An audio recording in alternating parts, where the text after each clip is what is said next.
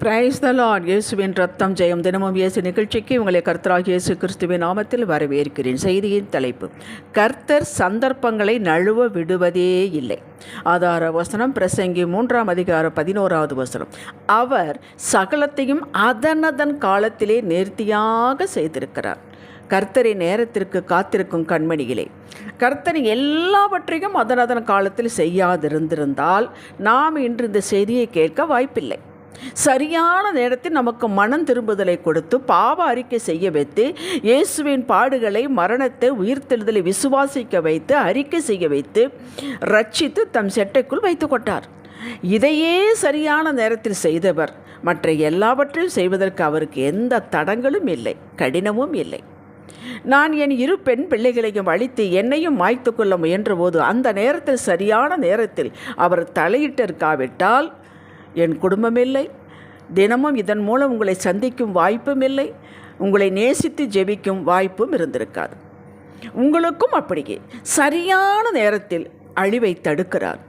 அழிக்க வந்தவனையும் விளக்குகிறார். ஆபத்தை, வாதையை நம்மை விட்டு சரியான நேரத்தில் குறுக்கிட்டு விளக்காமல் இருந்திருந்தால் இந்த செய்தியை கேட்டுக்கொண்டிருக்கும் பல பேர் காணாமலேயே போயிருந்திருப்போம். மத்தேயு 14 பேதுரு கேட்கிறார், நீரே ஆனால் நான் தண்ணீர் மேல் நடந்து வரட்டும் என்று. வா என்றார். நடக்கிறான் கொஞ்சம் தூரம். சூழ்நிலையை, காற்றும் புயலையும் பார்த்தவுடன் அமுங்கிவிட்டான்.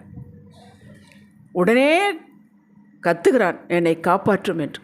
அவர் உடனே அந்த கையை நீட்டி பேதுருவை தூக்கி விடாமல் இருந்திருந்தால் பேதுரு இல்லை. ஆபிரகாம் ஈசாக்கை பலிபீடத்தில் வைத்து கத்தியை ஓங்கும்போது கர்த்தர் தடுத்திருக்காவிட்டால் ஓங்கின கத்தி கீழே அவன் மேல் இறங்கியிருக்க ஈசாக்கு இல்லை. 1 சாமுவேல் 18 மேல் சவுல் தாவீதை நோக்கி ஈட்டியை எறியும் போதெல்லாம், அவனை கொல்ல வேண்டும் என்று துரத்தி கொண்டு வரும்போதெல்லாம், அதுவும் 1 சாமுவேல் 23 படித்து இதான் பிடித்து விட்டேன் என்று இருக்கும் பொழுது சவுலுக்கு ஒரு செய்தியை கொடுத்து ஓட வைத்து விடுகிறார். விளக்காமல் இருந்திருந்தால் தாவீதும் இல்லை, சங்கீதமும் இல்லை. ஆதியாகமம் 37 கர்த்தர் இடைவிடாமல் இருந்திருந்தால் யோசேப்பை சகோதரர்கள் கொன்றிருந்திருப்பார்கள். யோசேப்பும் இல்லை, பட்டினியா யாக்கோபின் வம்சம் அழிந்திருக்கும். தண்ணீரில் நாணல் பெட்டியில் குழந்தை மோசேயை வைத்து நைல் நதியில் விட்டுவிட்டார்கள். பார்வோனின் கட்டளைப்படி விட்டுவிட்டார்கள். கர்த்தர் தலையிட்டு சரியான நேரத்தில் பார்வோனின் குமாரத்தை அந்த நேரத்தில் பார்க்க வைத்து எடுத்து வளர்த்திருக்காவிட்டால் மோசே இல்லை. இப்படி உங்கள் வாழ்வில் இக்கட்டான நேரத்தில் அடியாளுடைய வாழ்விலும் நீங்களும் நானும் கர்த்தரை கூப்பிட்டு கூட இருந்திருக்க மாட்டோம். கர்த்தர் தலையிட்டு நம்மை தீமை நின்று, தீங்கு நின்று, ஆபத்திலிருந்து, துன்மார்க்கன் கையிலிருந்து எத்தனை முறை நம்மை காப்பாற்றியிருக்கிறார். நம்ம மண்டி போட்டு ஜெபித்தோமா? யோசித்து பாருங்கள். காப்பாற்றி தன் ஜீவனுள்ள தேவன் என்றும் பொறுப்புள்ள தகப்பன் என்றும் தன்னிடம் வந்தவர்களை, தான் ஏற்றுக்கொண்டவர்களை தம்முடைய கையில் இருந்து எவனும் எதுவும் பிரிக்க முடியாது என்பதை நிரூபித்து கொண்டே காட்டிக்கொண்டே வருகிறார். பின்னாடி திரும்பி யோசித்து பாருங்கள். இப்படியெல்லாம் செய்ததை வாழ்வில் அனுபவித்து வந்த தாவீது சொல்கிறான், அநேக இக்கட்டுகளையும் ஆபத்துங்களையும் காணும்படி செய்த என்னை நீ திரும்பவும் உயிர்ப்பித்து, திரும்பவும் என்னை பூமியின் பாதாளங்களிலிருந்து ஏற பண்ணுவேன். என் மேன்மையை பெருக பண்ணி என்னை மறுபடியும் தேற்றுவேன். சங்கீதம் 71:20-21. எவ்வளோ விசுவாச அறிக்கை பாருங்கள். நாம் இப்படி அறிக்கை செய்கிறோமா? இதுவரை காப்பாற்றினீரே, இனி காப்பாற்ற மாட்டீரா? நிச்சயம் காப்பாற்றுவீர் என்று சொல்லியிருக்கிறோமா?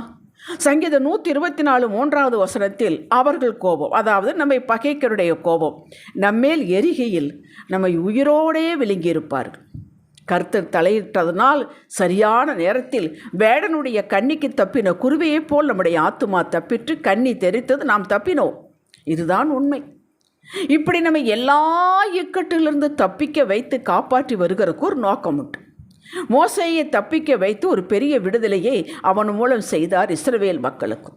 நியாயப்பிரமாணம் மோசேயின் மூலம் கொடுக்கப்பட்டது. எவ்வளோ பெரிய நோக்கம்! பணி நடந்ததே. உங்களையும் அடியாளை உயிரோடு வைத்து பாதுகாத்து வருகிறாரே, பெரிய நோக்கம் உண்டுங்க. நீங்கள் சாதாரணமாக நினைத்து விடாதீர்கள். உங்களை நீங்கள் சாதாரணமாக என்றைக்கும் எண்ணி விடாதீர்கள். சாதாரணமாக நினைத்தால் நீங்கள் சாதாரணமாகத்தான் இருப்பீர்கள். அண்ட சராசரங்களை படைத்தவருடைய பிள்ளை நீங்கள், அவருடைய கையில் இருக்கிறீர்கள். ஒரு பெரிய நோக்கம் உண்டு, பெரிய சித்தம் உங்களுக்கு வைத்திருக்கிறார். ஏசாயா 55:8-9 வாசித்து பாருங்கள். அப்படியெல்லாம் நீ நினைப்பீர்கள் என்றால் உங்கள் வாழ்க்கை அற்புதமாக மாறும். நம்புங்க. ஆபிரகாம் காலத்தில் தோண்டிய துறவுகளை எல்லாம் நீரூற்றுகள் பெலிஸ்தருக்கு மூடி போட்டு விட்டார்கள், தூர்த்து போட்டு விட்டார்கள். ஈசாக்கு காலத்தில் அந்த சரியான நேரத்தில் பஞ்ச காலம் அவனுக்கு மறுபடியும் கர்த்தர் தோண்ட வைத்தார். தோண்டின பொழுதெல்லாம் வருகிறது, ஊற்று பித்து கொண்டு வருகிறது தண்ணீர். பெலிஸ்தீர் வந்து இது எங்களுது பிடித்து கொண்டார்கள். கடைசியில் ஒரு துறவு ஏராளமான தண்ணீர். அவர்களுக்கு பயம் வந்து விட்டது, இவன் செய்வதெல்லாம் வாய்க்கிறதே என்று ஊழியக்காரர்களோடு வந்து உங்களோடு நாங்கள் உடன்படிக்கை செய்து கொள்கிறோம் பயந்து கொண்டு வந்து உடன்படிக்கை செய்தார். பேச்சுவார்த்தைக்கு வந்தார். எந்த நேரத்தில் உங்கள் தலையை உயர்த்தி எதிரிக்கு பயம் உண்டாக்க வேண்டுமோ அந்த நேரத்தில் சரியாக அவர் ஒரு சான்ஸ் கூட விடமாட்டார், அதே நேரத்தில் செய்வார். 1 சாமுவேல் 30:8 அடிக்கடி நான் சொல்லுவதுண்டு. தாவீதினுடைய குடும்பம், அவனோடு 600 பேர் இருந்தார்கள். அத்தனை பேர் குடும்பங்களையும் எதிரி கொண்டு போய்விட்டார். ஒன்றுமில்லை. வந்து பார்த்தான், கர்த்தரிடம் கேட்டான், நீ போ, நீ மீட்டுக்கொள்வாய், எல்லாவற்றையும் மீட்டுக்கொள்வாய் என்று வாக்கு கொடுத்தார். உதவி செய்தார். சகலத்தை சரியான நேரத்தில் மீட்டுக்கொண்டான். கொஞ்சம் தாமதித்திருந்தால் ஒன்றுமில்லாமல் போயிருக்கும்.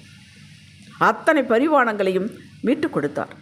இதன் பின் தான் தாவீதை தேடிக்கொண்டு யூதர்களும் படைத்தலைவர்களும் வந்து சேர்ந்தார்கள். பின் தாவீதை ராஜாவாக்கினார்கள். அந்த நேரத்தை கர்த்தர் இழந்து விடவில்லை. அந்த நேரத்தை நிமிடத்தை நமக்கு செய்து ஒரே தூக்காக தூக்கி நிறுத்தும் தருணத்தை கர்த்தர் கைவிடவே மாட்டார், இழக்கவே மாட்டார். அவர்தானே எல்லாவற்றையும் நடத்தி வருகிறவர். உங்கள் பிள்ளைக்கு அட்மிஷன் முடிந்தது என்று போர்டு போட்டாலும் அங்கே ஒரு இடத்தை ஆயத்தம் பண்ணி வைத்திருக்கிறார். இல்லை என்று சொல்லி விடுவார்களோ என்று எதற்கும் பயப்படாதீர்கள். அங்கே இருக்கிறது, தொடர்ந்து இருக்கும் என்பதை உருவாக்கி வைத்துவிட்டுத்தான் இதை அனௌன்ஸ் பண்ண வைக்கிறார். நாம் இன்றே கிடைக்க வேண்டும், அதற்கு ஒரு கேரண்டி வேண்டும், அடையாளம் வேண்டும் என்று எதிர்பார்க்கிறோம். கர்த்தரோ நான் உயிரோடு இருப்பதே அடையாளம், உன்னை இதுவரை பாதுகாத்து வந்தேனே இதுவே அடையாளம் என்கிறார். ஏற்றுக்கொள்வோம். அவரையே இரவு பகலாக பற்றி கொண்டு ஆராதித்து வரும் நமக்கு மிக சரியான நேரத்தில் இடைபடுவார், காரியத்தை வாய்க்கச் செய்வார், நம்மை மகிழ்ச்சியின் உச்சத்திற்கு இட்டு செல்வார். எதிரியினுடைய முகம் கவிழ்ந்து வெட்கப்பட்டு திரும்பி போவான். நம்புங்கள். ஜெபிக்கலாம். தகப்பனே, எப்படி என்ற கேள்விகளை கீழே போட்டுவிட்டோம். அந்த சரியான நேரத்திற்காக காத்திருக்கிறோம். ஸ்தோத்திரம். விசுவாசத்தோடு பொறுமையை இணைத்து கொண்டு சகலத்தை பெற்றுக்கொள்வோம். காலம் உங்களை கையில் இருக்கிறது. அறிக்கை செய்கிறோம் இயேசுவின் நாமத்தில் பிதாவே, ஆமென். இன்றைய சிந்தனைக்கு, இன்றைய நாளில் நாங்கள் செய்ய வேண்டியதை செய்து கொண்டு உங்கள் வழிகளை பார்த்து ஜாக்கிரதையாக நடந்து கொண்டே செல்வோம். யெகோவா ஈரே, நீர் எல்லாம் பார்த்து கொள்வீர். நீர் ஒரு சான்ஸையும் விட மாட்டீர், ஒரு சந்தர்ப்பத்தை நகல விட மாட்டீர். சரியான நேரத்தில் செய்து முடிப்பீர். எதிர்பாராத நேரத்தில், எதிர்பாராத திசையிலிருந்து, எதிர்பாராத நபரிடமிருந்து எங்களுக்கு சகலத்தை பெற்றுக்கொள்வீர். எங்களுக்கு அந்த நேரம் தெரியாது, அந்த நாள் தெரியாது, அந்த நாளிகை தெரியாது. நீர் சகலத்தையும் அறிந்தவர். ஆமேன். ஹல்லேலூயா.